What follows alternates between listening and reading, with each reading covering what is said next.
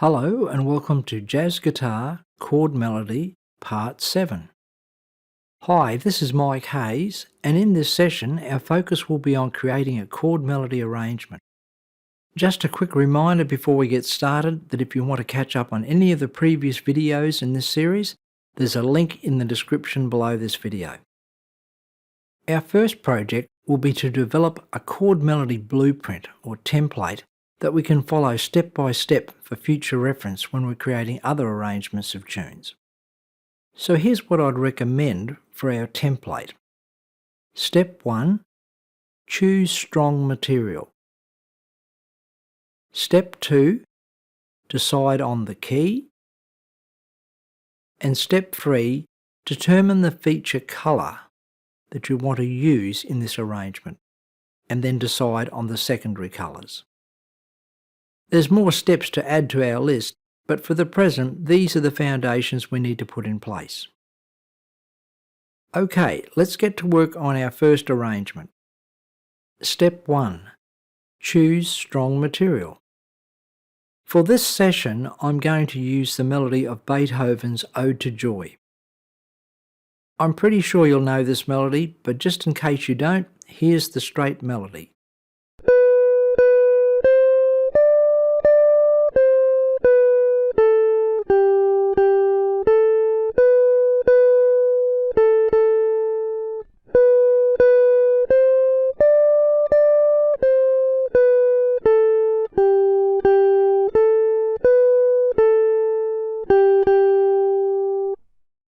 It's always a good idea to start with a strong melody, but something that's not too rhythmically complex. Ode to Joy has such a strong melody that it really stands up on its own without any harmonic support. Therefore, it will be a really good model for us to test out our ideas and determine what we can leave out. For example, here's a sample of Ode to Joy with only one harmony note supporting the melody.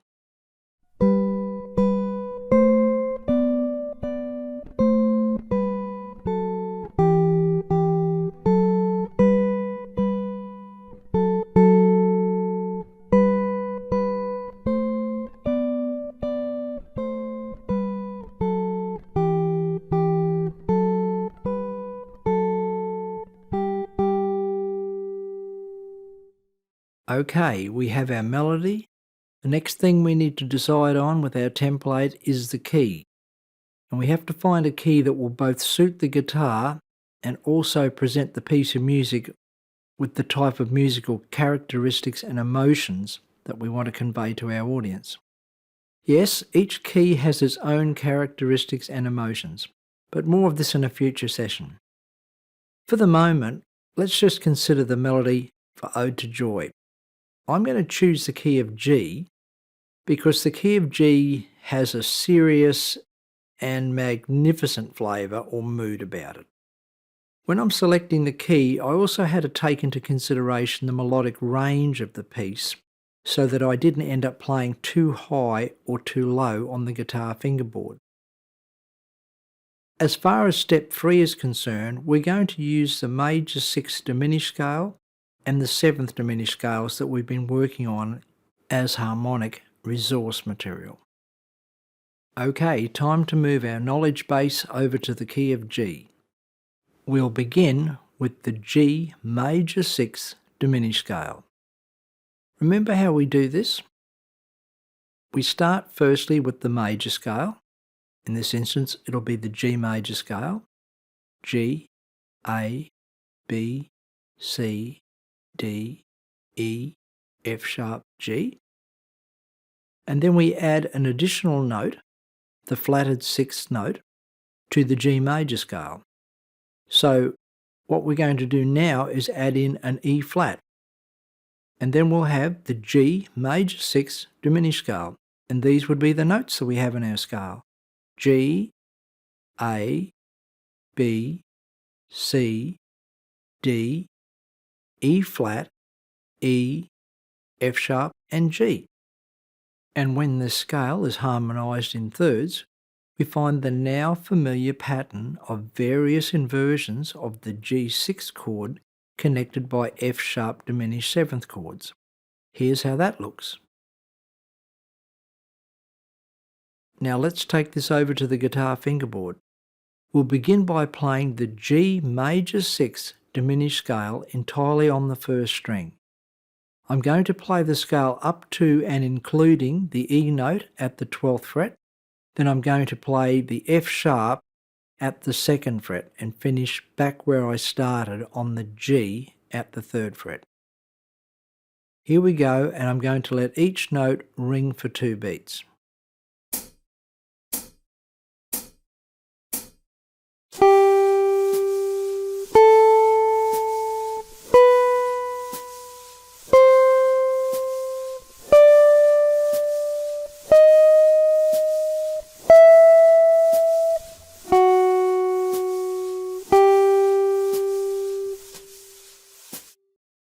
Next we'll play a G sixth chord under each chord tone. The notes of a G sixth chord are G, B, D, E.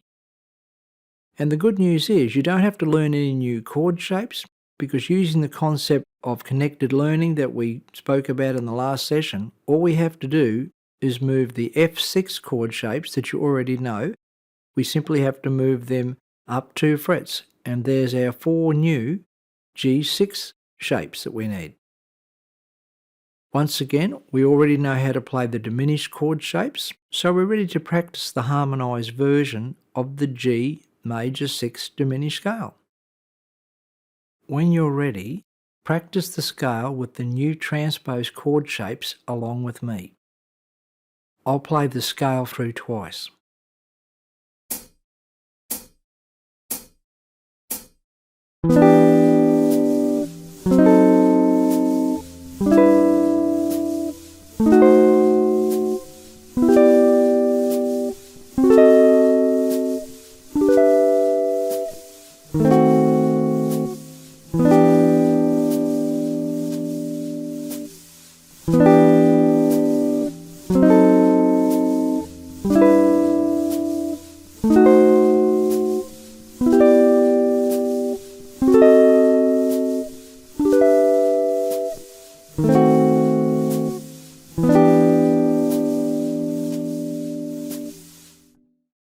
In today's session, we'll be working on the first 4 bars of Ode to Joy.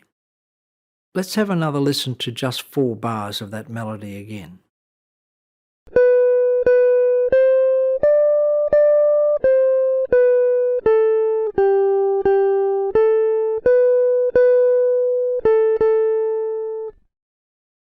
Next, I'm going to identify the key points in the melody where I might want to play a chord under the melody note.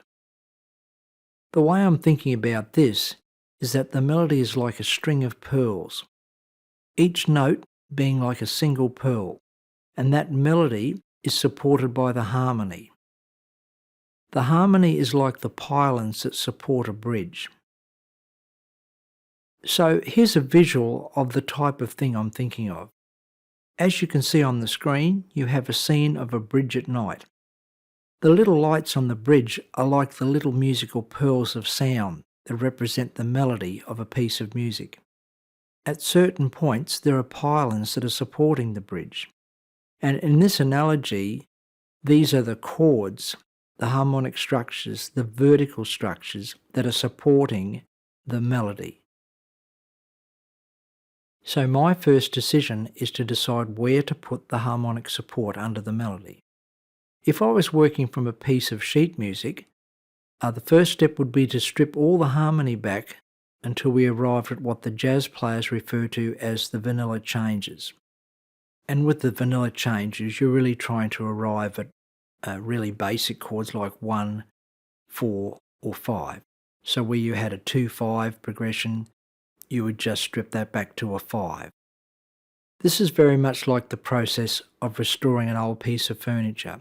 We want to strip everything back to the bare timber so we can decide on how we want to present the furniture and give it our own personal touch. And that's exactly the same idea with the music in our repertoire. We want to strip all the sheet music, the harmony back in the sheet music, which really is somebody else's harmonic ideas, and we want to reharmonize the tune or recolor the tune the way we're hearing it. So here goes. In this next example, I'm playing a G6 chord on the first beat of each bar, where the melody note is a note that's in a G6 chord, and a D7th chord where the melody note is one of the notes in a D7th chord, and that would be from the basic set of chords of my sheet music here. And don't forget to find the D7th shapes. You simply move the C7th shapes that you learnt previously up 2 frets.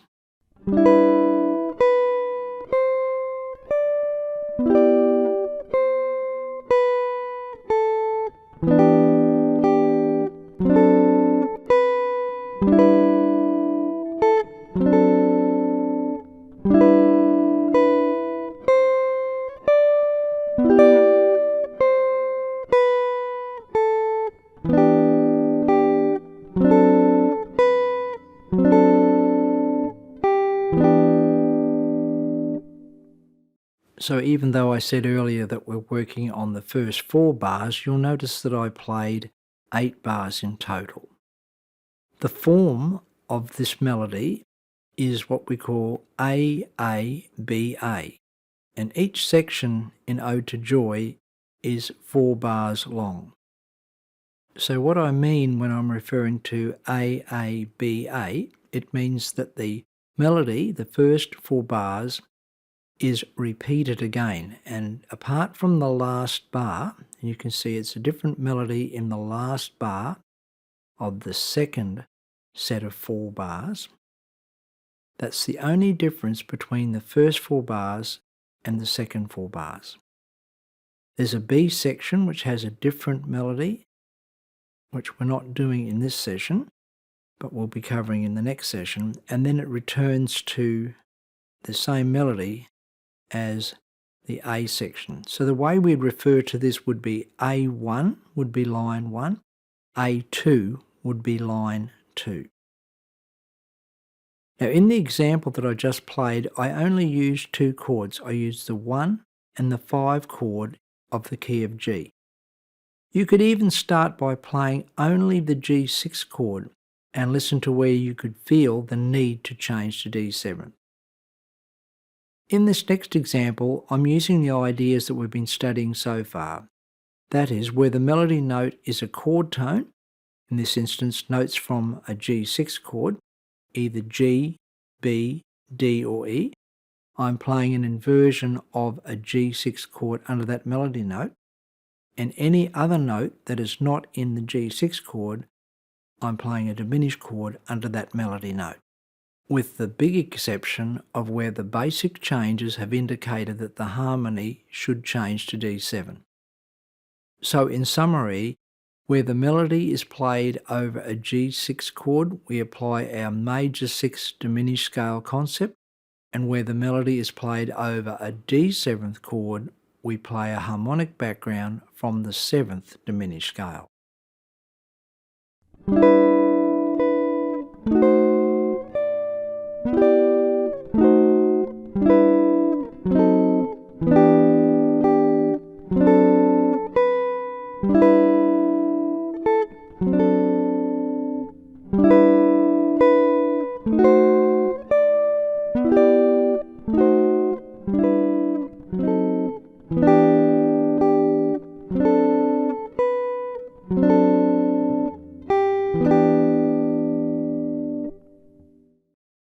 You will notice in that last example, I'm not always playing a chord under each melody note. This is where you use your own musical judgment. Remember that the art of all art is knowing when to stop. And as such, these examples are designed to get you thinking about how you would approach creating a chord melody arrangement on guitar. Remember, these examples are just that. They're examples for you to study, and at this stage, some of them are going to have too many chords in them, but that's what it's all about, learning first what you can put in, and more importantly, what to leave out. In this next example, I'm putting more chords in. Personally, I don't think more chords are better, but as an exercise, here goes.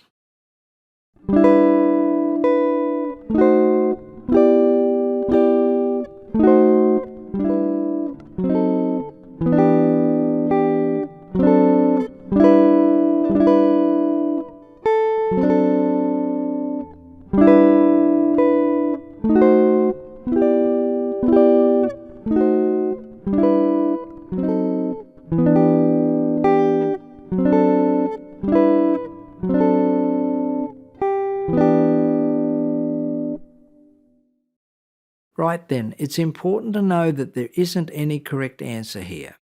It's about finding the sounds that you prefer and ultimately you will develop your own style.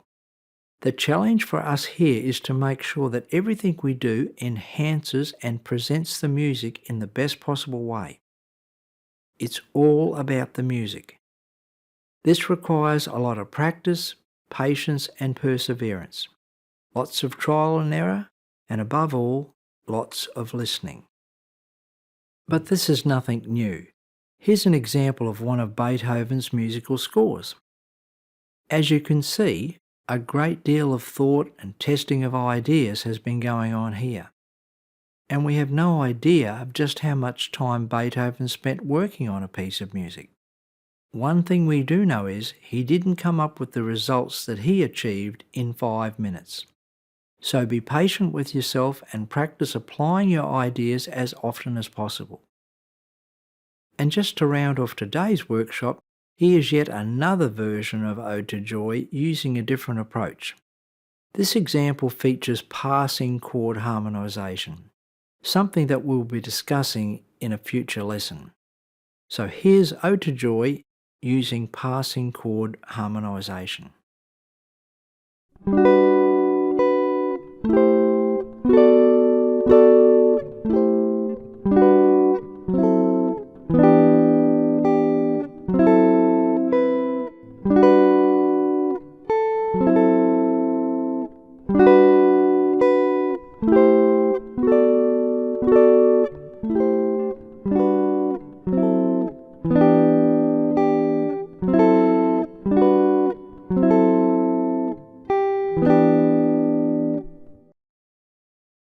Well, there you go. I hope you got something out of today, and don't forget that the more knowledge and understanding we gather and absorb about all aspects of music, the more musically valid and creative our statements become as guitarists. Don't forget, if you've got any questions or comments, pop them in the comments section below the video, and as always, I look forward to catching up with you next time. Bye for now.